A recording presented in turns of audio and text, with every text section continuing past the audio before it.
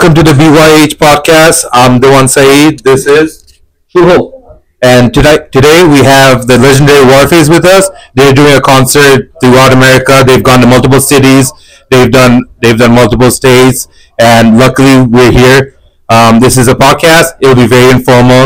It's pretty much আড্ডা মারা মতো হবে ওদের সাথে তো with that আমরা ওদের introduction করে দিই Tipu Warface drummer and band leader Pabna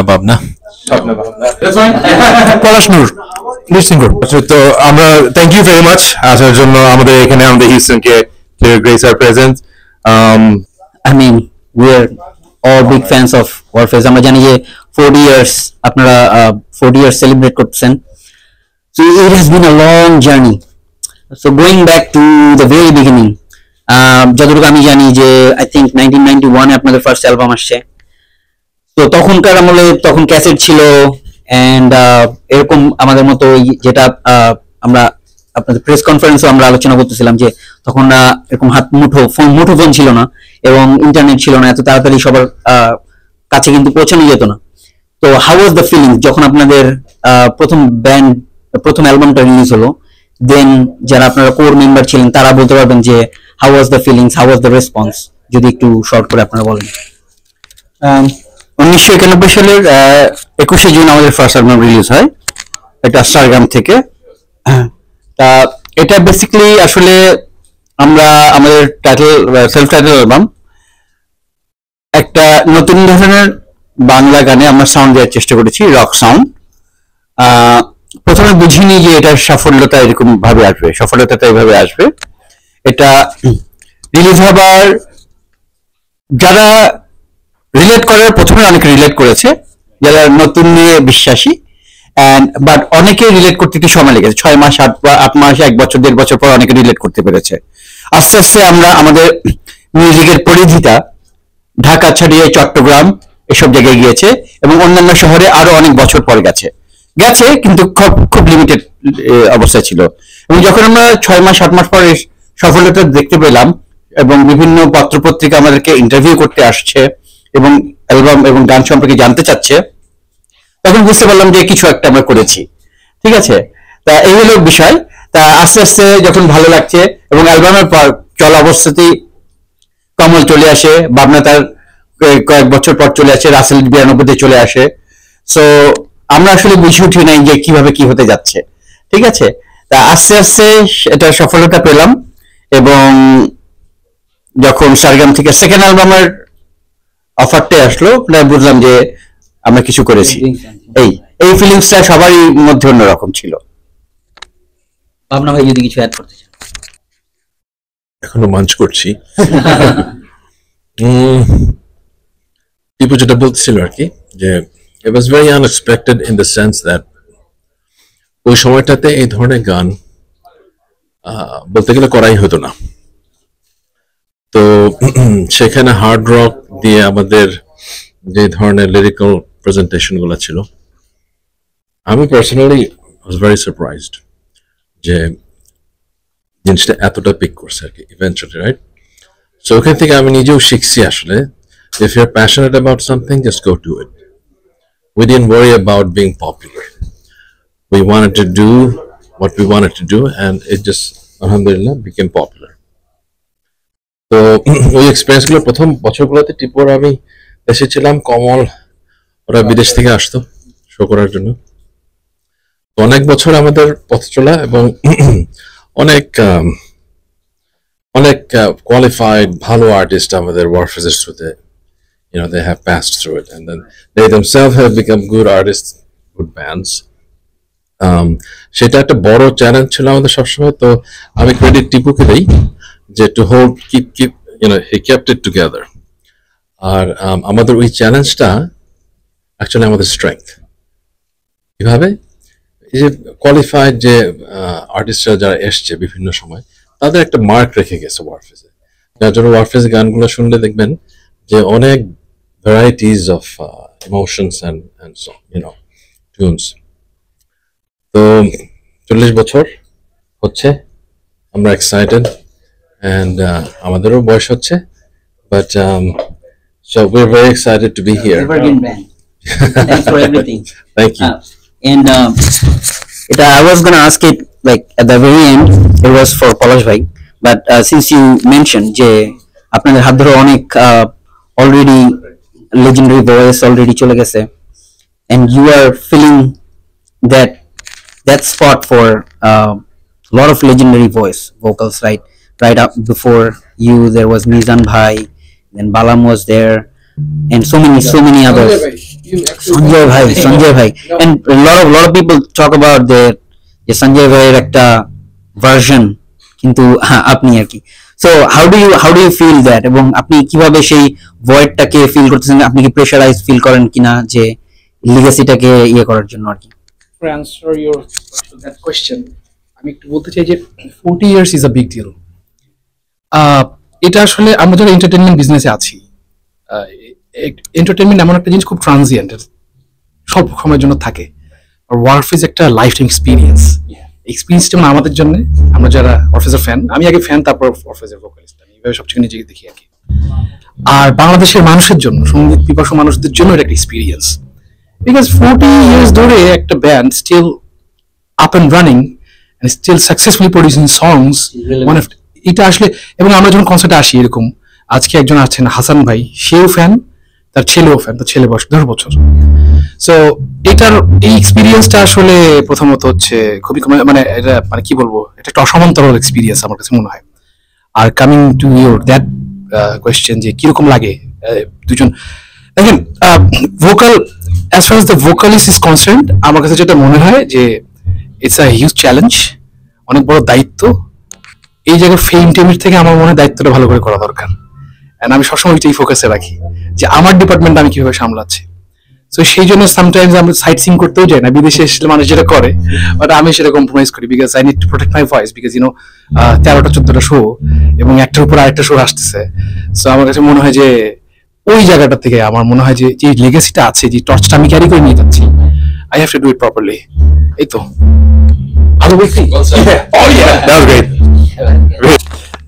পলাশ তো বললো যা বলার। আরেকটা আমাদের ফার্স্ট অ্যালবামের পর, হ্যাঁ, আমাদের যে আজকে বাজাচ্ছে মাসুক রহমান, তো ও আমাদের ফার্স্ট অ্যালবামে কম্পোজিশনে এবং রেকর্ডিং এ অনেক কন্ট্রিবিউশন তার ছিল। সো আমরা এত বছর পর ওকে পেয়েছি। ফার্স্ট শো ওকে নিয়ে করলাম ডালাসে, সেকেন্ড শো হিউস্টনে, উইন ঢাকার মেম্বার ছিল, আমাদের সাথে গেস্ট হিসেবে বাজাতো। So we are really glad যে ওকে পেয়েছি। 40 বছর নিয়ে যেহেতু কথা হচ্ছে, এটা এখানে একটু বলতেই হবে।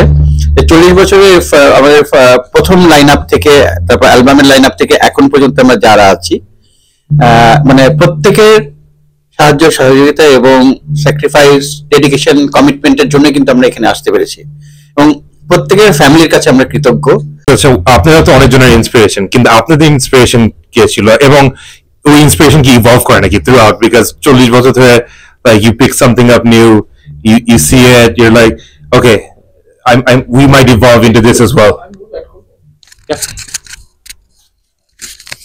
যেটা বলতে চাই সেটা হচ্ছে যে আমাদের ব্যান্ড একটা ডেমোক্রেটিক ব্যান্ড, সেখানে আমাদের মতের দামটা দেয়া হয় আর কি। সো আমি যেমন প্রবাবলি আমি এবং সামির একই জেনারেশন বিলং করি, আমরা আচ্ছা একদম নিউ এজ মেম্বার্স আর কি।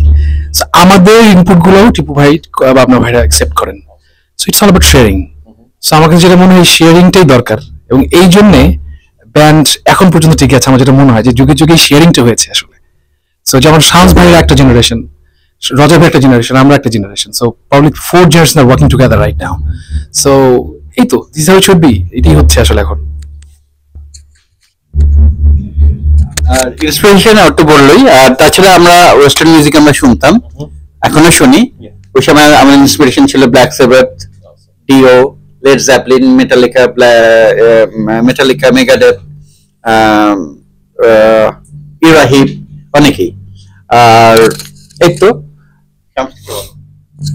আসলে ইন্সপিরেশনের প্রশ্নটা কঠিন কেন, ব্যান্ডে এক একজনের এক রকম ইন্সপিরেশন থাকে। হ্যাঁ, এক একজন এক এক জেনারেশন যেহেতু বিলং করি, আই এম শিওর যে যার মতো সং লিস্ট ঘাটলে এক একজনের একরকম জিনিস পাওয়া যাবে।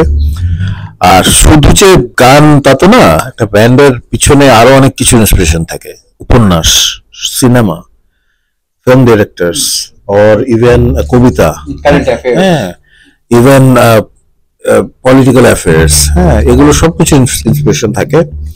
দেশ দেশ দেশের অনেক ফিলোসফিক্যাল ব্যাপার আছে, সেগুলো ইন্সপিরেশন থাকে। তো সব মিলে ব্যান্ড। সো এই জন্য আমরা আসলে কিছু মিউজিশিয়ান বলতে পারে আমি অমুকের কিবোর্ড পছন্দ করি, ও হয়তো অমুকের ভয়েস পছন্দ করে, বা না হয় অমুকের গিটার, বেস গিটার পছন্দ করতে পারে। সেটার থেকে আরো অনেক বড় হচ্ছে সবাই মিলে আমরা এক পেজে যখন আসি তখন যে ধরনের রেজাল্ট আমরা পাই, হ্যাঁ, দ্যাট ইজ ভেরি ইম্পর্টেন্ট।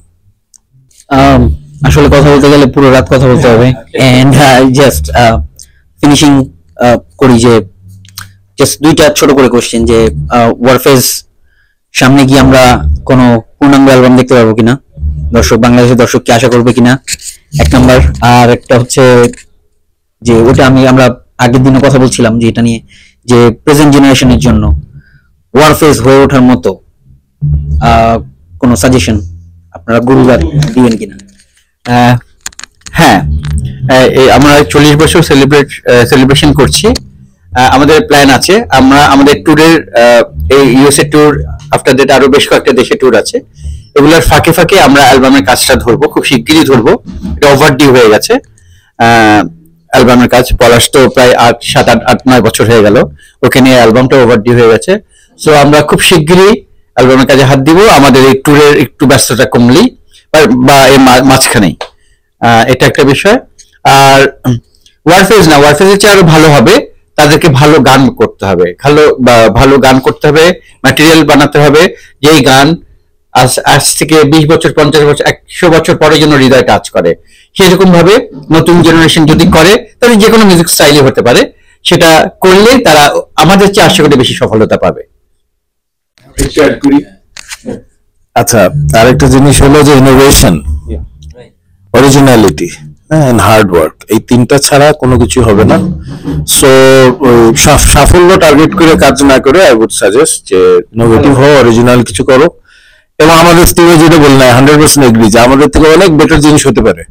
আমরা যখন করেছি তখন অলমোস্ট আমাদের কোনো ইনফ্রাস্ট্রাকচারই ছিল না বাংলাদেশে। হ্যাঁ, টিউবওয়েল যখন শুরু করেছে তখন ইনস্ট্রুমেন্টই পাওয়া যেত না, শেখার লোক তো আরো পরের ব্যাপার। এখন এগুলো সব আছে, এখন ইন্টারনেট আছে। তো এখন ডেফিনেটলি কেউ হার্ড ওয়ার্ক করলে এবং ইনোভেটিভ হইলে ওয়ারফেজ থেকে অনেক বেটার করতে পারবে, আমরা সেই আশা করি। আমাদের নিজেদের, আমি যেটা দেখি আর কি, সেটা আমার নিজের শিক্ষা ফ্রম আওয়ার ওন লাইফস, সেটা হলো, যেটা বলছিলাম, একটা মানুষের আসলে সবচেয়ে বড় জিনিস সেটা হলো একটা ব্যাপারে প্যাশনেট যদি হয়, সেই জিনিসটাকে নষ্ট না করা, just because you're looking for fame. Hey, if you have something good, passionate about it, and chances are if you do it from your heart, then chances are we will also connect with it because it is from your heart, right? এই একটা ব্যাপার। আরেকটা ব্যাপার হলো when a system is heavy, you need to bypass that system. আমরা যখন করছিলাম, hard rock was considered of, right? আমরা যদি অনুমতি খুঁজতাম, অনুমতি পেতাম না। So we bypass the whole system, right? So bypass us if you need to. Okay, that's my advice. আমরাও যখন it's natural একটা সিস্টেম হেভি হয়ে যায়, একসময় আমরা হয়তো হেভি হয়ে যাব, বাট নতুন যারা করছে হয়তো কমপ্লিটলি ডিফারেন্ট জিনিস করছে। If they need to bypass us, that's what they need to do. আর আরেকটু বলি, আমাদের যে কারেন্ট লাইন আপে আমি ড্রামসে আছি, Shams keyboard, backup voice, composition, Roger bass guitar. আমাদের এরা দুই জেনারেশন, আমি কমল আরেক জেনারেশন। বাবনা তো যখনই সুযোগ পাচ্ছে কাজ করছে। আর পলাশ আমাদের মাল্টি ট্যালেন্টেড লিড ভোকালিস্ট, যে খুব ভালো আমাদের সাথে কাজ করে যাচ্ছে। অ্যান্ড সেই সাথে সামির হাফিজ, ও খুব ভালোভাবে কাজ করে যাচ্ছে আমাদের সাথে, guitar, technical support, producing, everything. তো সবকিছু মিলিয়ে আমরা আগাচ্ছি সবাইকে নিয়ে। তা দেখা যাক সামনে কি হয়। আমার লাস্ট কোয়েশ্চেন ছিল যে, আমি এটা question looking in from America basically. তো আমি চলে এসেছি 2009-এ, তো তার আগে কনসার্ট সিন এবং the band scene was very hot in Bangladesh. এখন is it healthy, like post covid, কি অবস্থা, এবং the band scene, the concert scene, the music scene, আপনাদের অনুমতি কি? না, পোস্ট কোভিড এর সময় তো অবস্থা আমাদের দেশে, পৃথিবী জুড়েই ভালো ছিল না, বাট পোস্ট কোভিড এর পর আস্তে আস্তে একটু ডেভেলপ করেছে এবং যথেষ্ট আমরা অনুষ্ঠান করেছি দেশে বিদেশে সব জায়গায়। দেশের নানান স্থানে, এবং এটা বেড়েছে, অনেক বেড়েছিল, কিন্তু বর্তমানে এখন একটু সিচুয়েশনটা বন্যা পরিস্থিতি এবং অন্যান্য কারণে একটু সীমিত। এখন দেশে গেলে বুঝবো সামনে কি হচ্ছে না হচ্ছে এই সিচুয়েশন। সবার কথা শোনা হয়েছে, ভাইয়ের কথা শোনা হয় নাই। হ্যাঁ, আমি আপনাদের কথা শুনতে আমি মিস করছি। Okay.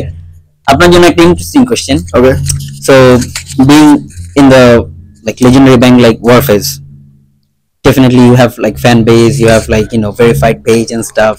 কখন মানে কোন একটা ফ্যান মোমেন্ট যদি আমাদের সাথে শেয়ার করতেন, যে একটা কোন ফ্যান এসে ক্রেজি কিছু করছে বা একটা ফ্যান এসে আমার টুপি পারলে নিয়ে দৌড় মারতো, খালি বারবার এসে বলতেছে ভাই ক্যাপটা দেন, ক্যাপটা দেন, ক্যাপটা দেন, প্লিজ ভাই ক্যাপটা আমাকে দেন, ভাই আমাকে প্লিজ ক্যাপটা দেন, আমি ক্যাপটা আমি চাই, প্লিজ আমাকে দেন ভাই, প্লিজ ক্যাপটা দেন, এরকম করতে আছে। এন্ড যেখানে আমি একবার না বলছি, লাইক বারবার না বলতে হচ্ছে, and after that point I lost my shit.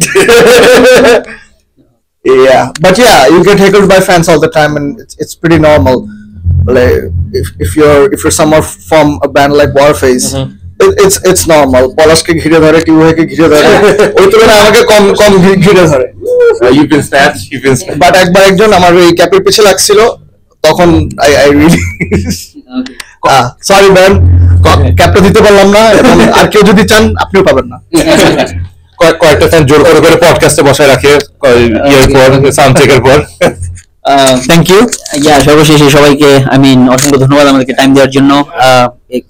If we could মানে এটা ফরএভার চলতে পারতো, বাট যাই হোক আমাদের টাইম লিমিটেশনের জন্য সবকিছুর জন্য অসংখ্য ধন্যবাদ। সামনে আরো হেক্টিক দিন যাবে আপনাদের, বাট হোপফুলি আপনাদের ভয়েস ঠিক থাকবে এবং আপনারা আমাদেরকে এভাবে এন্টারটেইন করতে থাকবেন। ফ্যানরা is always with you and we love you so much. Thank you. Thing is যে সবার উদ্দেশ্যে একটা বলতে চাই, দেশকে ভালোবাসতে হবে। অ্যান্ড ওয়ারফেজ সবসময় দেশকে নিয়ে কথা বলেছে, দেশের অনিয়ম নিয়ে কথা বলেছে। যেখানেই দুর্নীতি ছিল, অনিয়ম ছিল, অসঙ্গতি ছিল, ওয়ারফেজ ব্যর্থ কণ্ঠে এগিয়ে উঠেছে আর কি, অসামাজিকের মতো গান, মহারাজের মতো গান। সো আমরা এটাই বলবো, দেশকে ভালো, এখন একটা সুযোগ আছে দেশ গড়ার। সবাই যারা বিদেশে আছেন তারাও দেশে কন্ট্রিবিউট করেন, সবাই মিলে একটা নতুন দেশ গড়ি। সো এই তো, থ্যাংক ইউ।